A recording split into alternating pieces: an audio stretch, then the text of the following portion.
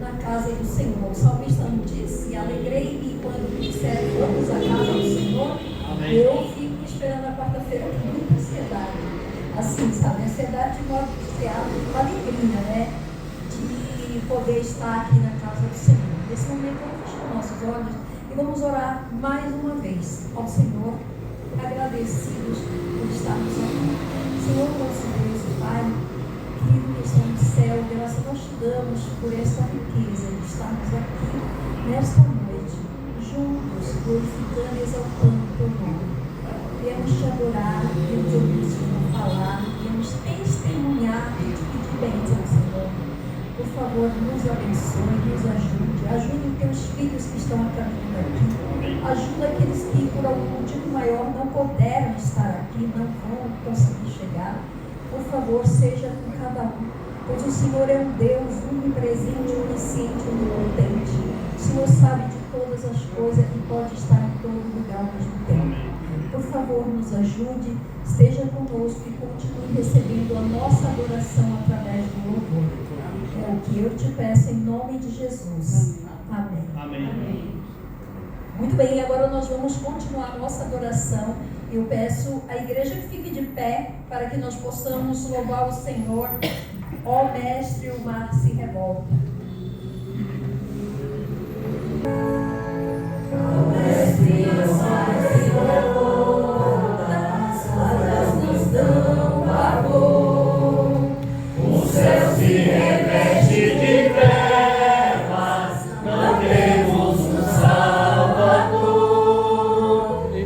Esses que estão morrendo, podes assim ouvir, sagrada momento dos céus, da leste a sul de ti, as ondas atendem ao meu andar, sossegai,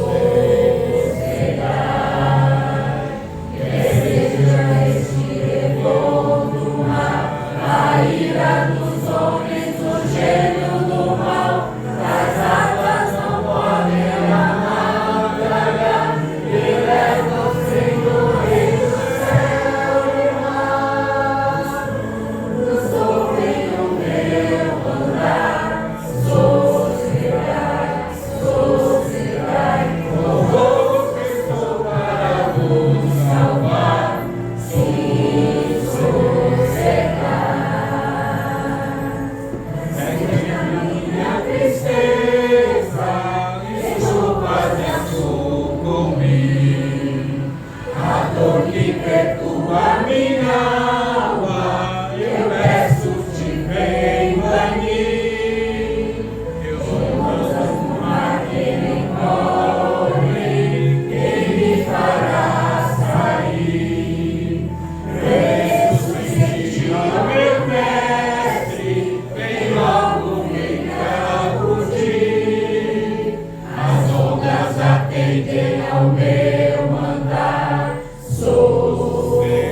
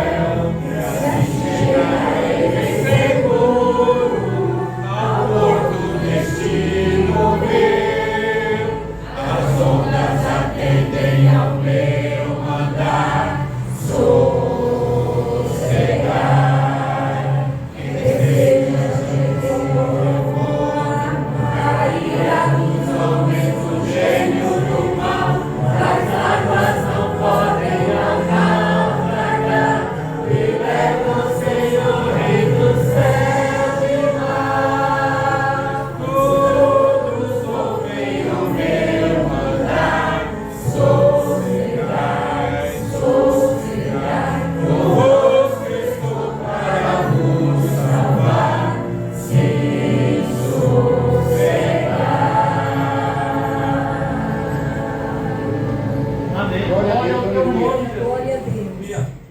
Em contrapartida também são muitos nossos pedidos. A gente vive num mundo de pecado, onde estamos sujeitos às doenças, às aflições, a percas, a desânimo. De modo especial, eu gostaria de interceder, Pai, por todos aqueles que estão doentes no hospital, carecendo de atendimento médico, ou fila de espera para cirurgia. Que o Senhor, na tua infinita graça e misericórdia, mande os seus anjos, Pai, e ajude os médicos ainda mais a salvarem essas vidas. Eu peço também oração por aqueles que procuram um emprego, que há tanto tempo estão sem trabalho, principalmente porque honram o teu mandamento. Que o Senhor possa suprir as suas necessidades e ainda que falte o pão, a sua palavra é o alimento. Amém. Eu oro por todas as famílias, marido, esposa, para que o Senhor derrube por terra todo o plano de Satanás, Pai, em destruir as famílias, que a gente sabe que é uma instituição levantada pelo Senhor e Satanás tem trabalhado para isso. Oro pela nossa igreja do Jardim Prudência, para que o Senhor derrame o teu Espírito sobre cada um de nós. Amém. E que nós possamos crescer em união, em irmandade, na tua santa palavra. Oro pelos clubes de desbravador e aventureiro, porque a gente sabe que não é um trabalho fácil. Oro para que todos os clubes de desbravador consigam alcançar as suas metas para ir para o tão sonhado Campuri DSA. Amém. E que o Senhor se faça presente aqui, abençoe o pastor Mauro, que o Senhor continue usando e esteja aqui presente conosco, Pai. Aceite a nossa humilde adoração, pois não temos nada, Pai, além de um coração pecador. Mas estamos aqui porque carecemos da tua graça e da tua misericórdia. Amém. Perdoe os nossos pecados, Pai, e por amor ao nome de Cristo Jesus eu te peço e agradeço. Amém. Amém. Boa noite. Boa noite. Feliz em ver aqui a igreja repleta, né, nessa quarta-feira. Que bom que você escolheu estar aqui. Não há outro lugar melhor para estar do que a igreja, né? E que bom que você escolheu esse lugar.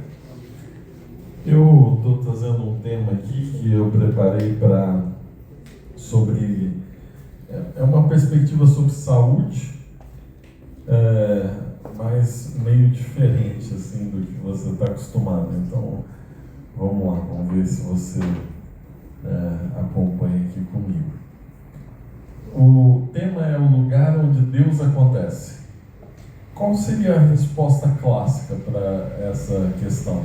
Onde é o lugar onde Deus acontece? Sem dúvida nenhuma, Deus acontece em nós. Glórias. Amém. Por isso tanto faz se é a igreja, se é o mercado, Deus acontece em você. E para provar que Ele quer acontecer em você, 1 Coríntios no capítulo 6, versos 19 a 20.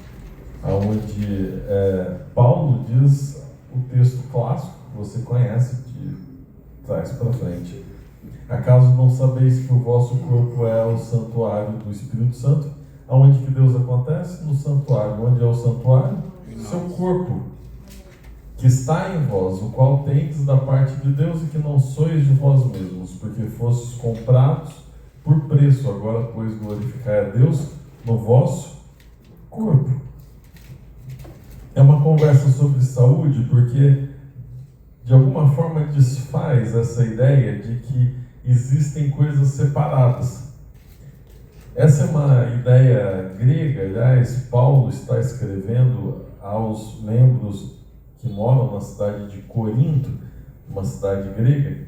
Então, lá os grandes filósofos gregos, que é de onde vem a base da todo o pensamento ocidental, aqui onde você vive, e que você ouviu dizer através dos seus avós, escola e etc., aonde o pensamento divide o ser humano em partes.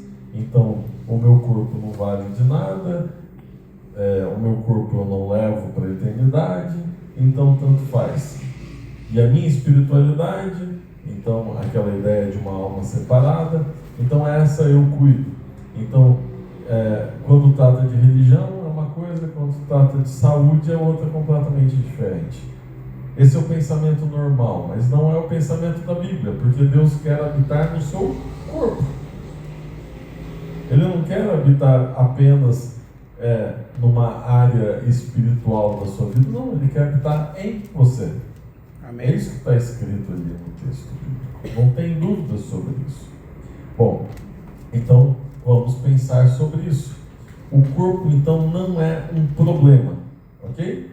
Nós não estamos aqui pensando num problema, nós estamos pensando que o corpo é o lugar de habitação de Deus. Então, a pergunta que eu quero fazer para você hoje é: o meu corpo está me ajudando ou me atrapalhando a ouvir a Deus? Porque nitidamente você é uma coisa só. Seu corpo não é neutro, ele influencia. Traz clareza mental, suas emoções, sensibilidade espiritual. Você não vive a fé fora do seu corpo, você vive a fé dentro dele. Então, aqui, essa imagem eu estou tentando provar para você de que você é uma coisa complexa, mas integral. Você é um ser só, formado de todas essas coisas. E Deus acontece no meio disso tudo. Então, digamos que você tenha lá a sua espiritualidade, sensibilidade espiritual, sua comunhão com Deus, os seus momentos de relacionamento com Ele, a oração. Ok, isso é uma parte da sua vida. Em outra parte da sua vida você tem seus sentimentos, a paz, a alegria, tudo que você lida com seus sentimentos, tristeza, enfim. Na outra parte da sua vida você tem seu físico, você tem saúde, vitalidade, enfim. Você está doente, não está, você tem energia, não tem. Do outro lado você tem a sua cognição, onde você desenvolve na escola, na faculdade, cursos, leitura, enfim, cultura, tudo isso traz a sua clareza mental, sabedoria e discernimento. Mas dá para eu pegar uma parte dessa e arrancar de você? Não dá para eu separar?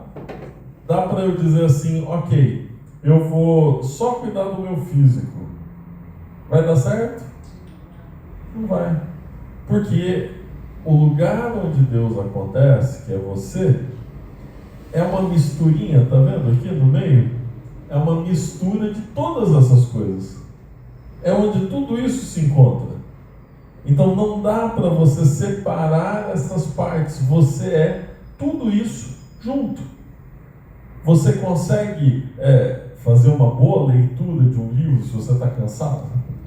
Lá no fim do dia você senta na sua cama, super confortável, e você diz: vou ler um capítulo. Quantos segundos demora esse negócio? Veja espiritualidade.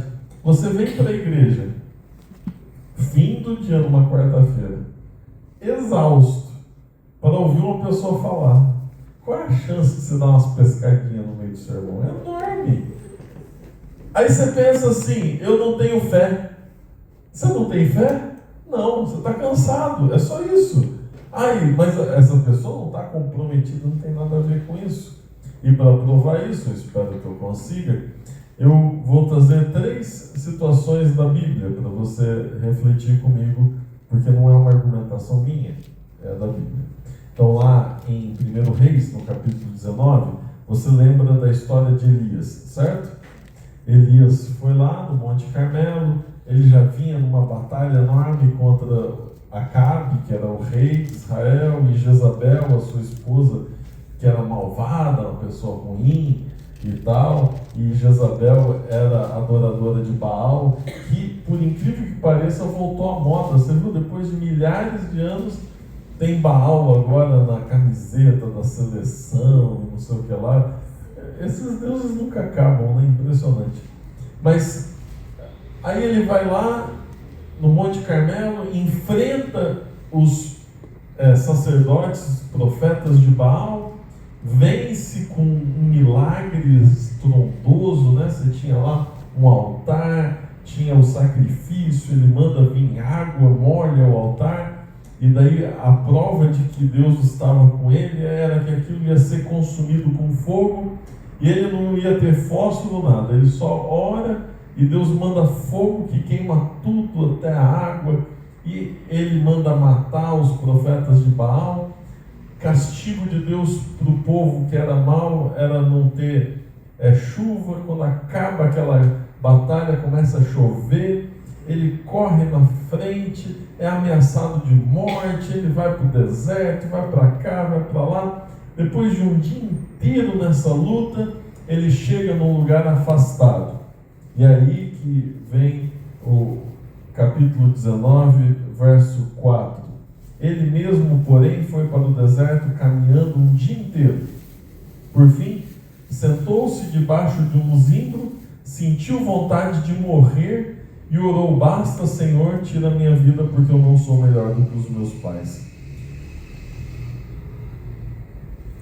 Tem ápice espiritual maior do que você vencer lá os profetas de Baal? Ele estava ruim espiritualmente, Elias? Ele estava, de alguma forma, descrente em Deus? Deus não ouvia as orações dele? Por que então, no final do dia, do ápice espiritual de Elias, ele pede para morrer? Por quê? Porque estava cansado. O problema não é apenas espiritual. O problema é que o físico, o corpo, pode nos separar da nossa fé, pode atrapalhar. E aí você pensa assim: puxa, Deus é um Deus de vida, certo? Amém. Não é correto você pedir para morrer, não é o que Deus quer para vocês. Isso não é um bom caminho. Então eu fico pensando, puxa, se fosse eu no lugar de Deus, eu ia lá até Elias, ia pôr a mão no rosto dele e dizer: Elias, você está errado, não pode falar isso não, seu ingrato, acabei de fazer um monte de coisa para você e tal. Ele merecia uma bronca, ele está falando um absurdo. Mas sabe o que acontece? O anjo do Senhor vem lá no verso 5 e 6. Deitou-se e dormiu debaixo de um zimbro. E eis que um anjo o tocou e lhe disse: levante-se e coma. Ele olhou, e eis que à sua cabeceira estava um pão assado sobre pedras em brasa e uma botija de água. Comeu, bebeu e tornou a dormir. O que Deus faz para eles? Dá comida. Olha que coisa espetacular! O que ia mal na vida de Elias? O seu corpo, cansado, extenuado. Isso afeta a sua espiritualidade. Ele pede para morrer. A solução de Deus: cuida de Elias. Eu não sei, eu nunca tive essa experiência. Nunca tive ninguém na minha vida que fez um pão e me acordou gentilmente e disse: tem um pão quentinho para você. Olha que coisa deliciosa. Eu brinco dizendo que só faltou uma manteiguinha, porque pão quentinho sem manteiga também não dá. E Deus não só fez pão, mas Ele fez calor. Porque no deserto você passa frio, não tinha uma mantinha. E Deus faz a mantinha. Sabe aquela que você cobre uma pessoa que está ali dormindo, cansada, e você quer fazer um carinhozinho? Deus foi lá e fez esse carinhozinho com pedras que estavam ali em brasa, que Ele coloca juntinho do pão. Pão quentinho, água, Ele come, dorme. E depois dessa cena, é um dos momentos ápices de qualquer ser humano na história da humanidade de encontro com Deus. Ele quase vê Deus face a face. Tem lá toda a história. Mas veja, Deus não começa com uma repreensão, Ele começa com cuidado. Nem toda crise espiritual é falta de fé. Às vezes é falta de descanso, porque o corpo exausto distorce a nossa percepção de Deus. E tudo pra gente é espiritual. E tudo pra gente é mais estudo da Bíblia. Mas nem sempre é isso. Pode ser apenas você com o seu corpo debilitado. Vamos para outra história para eu provar o meu ponto de vista. Em Gênesis, no capítulo 25, versos 33 a 34, chega o tal do Esaú, morrendo de fome, diz o verso 32, e ele encontra o seu irmão gêmeo, as gêmeas aí, só que vocês são muito parecidas, eles eram completamente diferentes. Enquanto Esaú era um caçador, ruivo, peludo, fortão e habilidade zero com as coisas de casa, Jacó era tremendamente caseiro. Era um bom cozinheiro, arrumava a casa, gostava de ficar junto da mãe. E quando Esaú chega em casa esfomeado, Jacó tinha acabado de fazer uma porção de lentilhas, um ensopado de lentilhas. Eu não sei o que ia nesse ensopado, mas hoje mesmo eu passei por uma cena dessa. Eu ia almoçar em casa e daí a igreja de Santo Amaro está com um problema de energia desde janeiro e finalmente a gente conseguiu que a Enel começasse a ir lá, mas eles não dizem quando eles vão. E aí quando eu ia almoçar eles me ligaram dizendo: estamos aqui na igreja.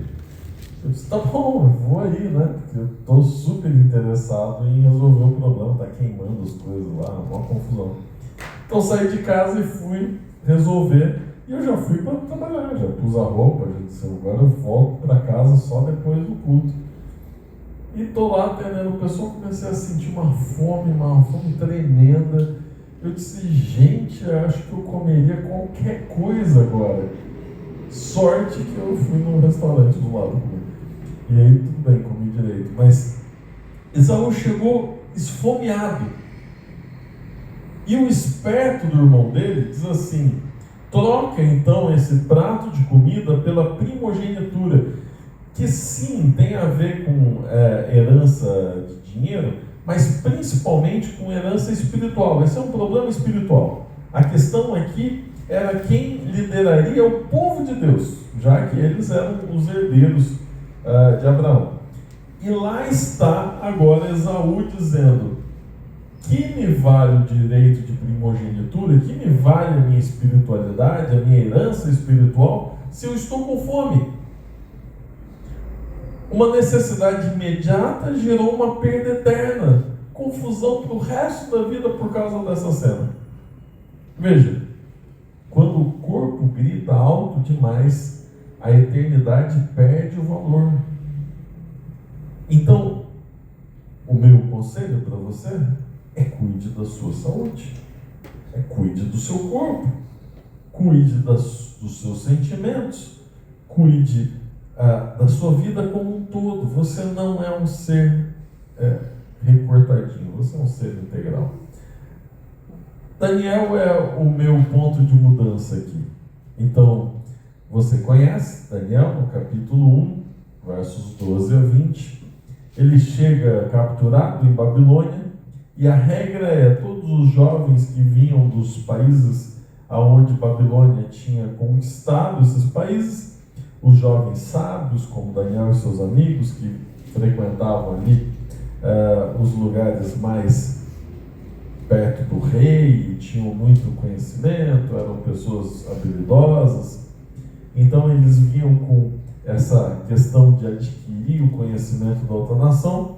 Eles deveriam comer as mesmas coisas que Nabucodonosor. Só que o rei de Babilônia comia o quê? Porcaria. Gordura, carne ruim, tudo que era porcaria. E ainda bebida alcoólica. Então, esse era o pacotão que agora Daniel ia ter que comer. E eles achavam que isso era o melhor. Era a melhor comida que tinha. Mas você conhece a história. Daniel vira lá para o capataz e diz assim: olha, faz o seguinte, eu só quero comer verdura, fruta e tomar água. Ele disse: tá louco, você vai ficar raquítico, você vai ficar sem vitaminas? Ele disse: não, faz um teste de 10 dias, só nos dê legumes para comer e água para beber, 10 dias. E eles fazem o teste. Depois dos 10 dias, sem comer as finas iguarias do rei, eles começaram a fazer tudo melhor. Então, no fim dos 10 dias, a aparência dos 4 era melhor. Eles estavam mais bonitos. Pele mais bonita, cabelo mais bonito, menos barriguinha, né? Estavam bonitinhos. Mais robustos, mais fortes.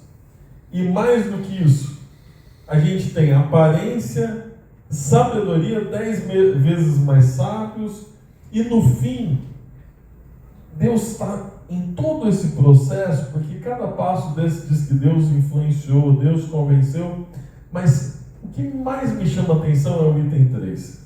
Deus olhou para Daniel, e depois foi nesse contexto de escolha por saúde, que Deus dá para ele inteligência para interpretar todo tipo de visões e sonhos. Isso para mim é espiritualidade, certo? Interpretar sonhos e visões não é uma inteligência de ciência, é uma inteligência espiritual. Depois que Daniel faz uma escolha de saúde e tem o seu corpo privilegiado por isso, ele recebe bênção espiritual. Compreende? Quando eu falo para vocês de que existe sim uma preocupação com a sua saúde física na Bíblia, eu estou querendo provar para você de que uma coisa está conectada com o outro. E disciplinar o corpo não é perder liberdade, é ganhar clareza. Clareza. Então, no momento em que você cuida do seu corpo, que é onde Deus acontece, você ganha clareza. Você é livre para fazer o que você quiser. Glória a Deus. Mas isso não significa que você é neutro. Que não importa o que você fizer, você não vai sofrer consequências. Vai sim. Sabe? É dentro de nós que acontece a batalha contra o mal. Não é fora. A gente tem essa mania terrível. E ela pega todo mundo. E toda hora eu vejo isso nos grupos do WhatsApp, que é onde vocês se rebelam. Aí o que acontece? Agora a Disney é terrível. Quem disse que ela era boazinha? Hollywood, isso agora vai acabar o mundo. Olha, é os Estados Unidos, é o Papa, é não sei o que lá. Isso é tudo distração. Por quê? Porque enquanto você achar que a batalha contra o mal está lá longe, ou está num lugar que você não tem influência, você fica bem continuando pecando. Onde que está a guerra contra o pecado? É aí dentro do seu coração. Porque a irmãzinha. Que irmãzinha? É assim, ó. É aqui onde acontece a batalha. No outro não faz diferença para você, porque a salvação do outro não te afeta em nada. É o pastor. É o instrumento musical que está acabando com o mundo. Que instrumento musical que está acabando? É você. É aí dentro de você que está a batalha. É aí onde acontece. Deus diz: você é o templo do Espírito Santo. Amém. Glória a Deus. Glória ao teu nome. Só que enquanto você está super focado em achar o último videozinho sobre qualquer besteira que alguém está falando por aí, você está perdendo o tempo de cuidar da sua vida. E cuidar da sua vida não é apenas espiritual. Eu estudei a Bíblia, a lição e fiz oração hoje. Mereço uma coroa com uma estrelinha. Não, você não merece nada. Isso é o mínimo. É o mínimo que você fez. Você diz que acredita em Deus. Então, por favor. O que mais na sua rotina você está fazendo? Vamos lá. Vamos dormir bem. Comer direito. Mas eu não comi nada de porco. Isso é o mínimo. Isso é o mínimo. Você não merece palminha porque você não comeu nenhum animal de Levíticos 11. Isso aí é o normal. Até os cachorrinhos, eles chegam nesses negócios ruins, eles tiram o rosto assim, isso não presta. Não precisa ser gênio para ficar longe disso. Agora, que mais? Você está se fortalecendo como? Respirando direito, faz exercício, toma água. Você realmente confia em Deus? É temperante com as coisas que são boas, mas ficam ruins se você exagerar? O que mais você tem feito? Sabe, o ponto de virada está aonde? Lá no texto 1 de Coríntios, Paulo diz: glorificai a Deus no vosso corpo. Amém.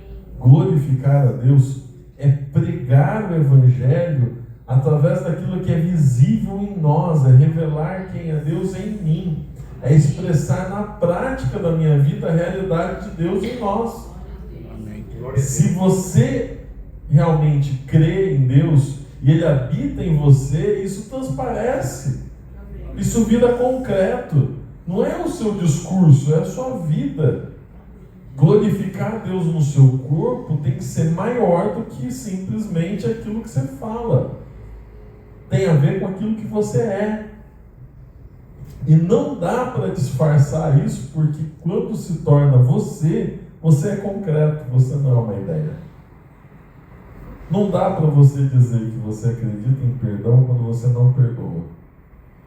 Não dá para dizer que Deus é verdade se você não fala a verdade. Então não tem como separar o que eu sou, esse ser espiritual, quando eu estou na igreja, ou quando eu estou num momento espiritual, do resto da minha vida. Ou eu sou completamente de Deus, ou eu não sou de Deus.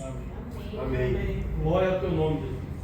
Eu queria mostrar para você um pequeno vídeo desse cidadão que rodou o mundo aí esses dias. Ele é um astronauta, chama Victor Jerome Glover. Não é apenas um astronauta, né? Ele é um dos profissionais mais qualificados da NASA, capitão da Marinha dos Estados Unidos, piloto de teste, 3.000 horas de voo, 40 aeronaves diferentes ele sabe pilotar. E no domingo de Páscoa ele estava na nave espacial que atingiu o ponto mais distante da Terra, dando a volta na Lua. E naquele momento, ele, junto com os outros 3 astronautas, se tornaram os seres humanos que estiveram mais distantes da Terra.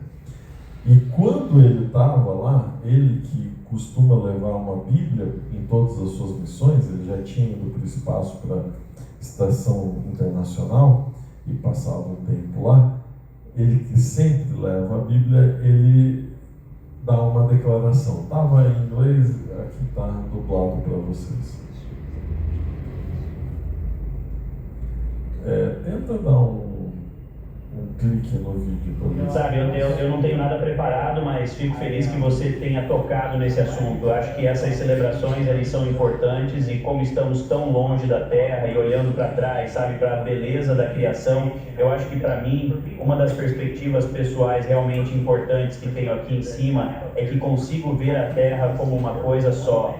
E sabe, quando leio a Bíblia e vejo todas as coisas incríveis que foram feitas para nós, que fomos criados, vocês têm este lugar incrível, esta nave espacial. Vocês estão falando conosco porque estamos numa nave espacial muito longe da Terra, mas vocês estão numa nave espacial chamada Terra, que foi criada para nos dar um lugar, para viver no universo, no cosmos.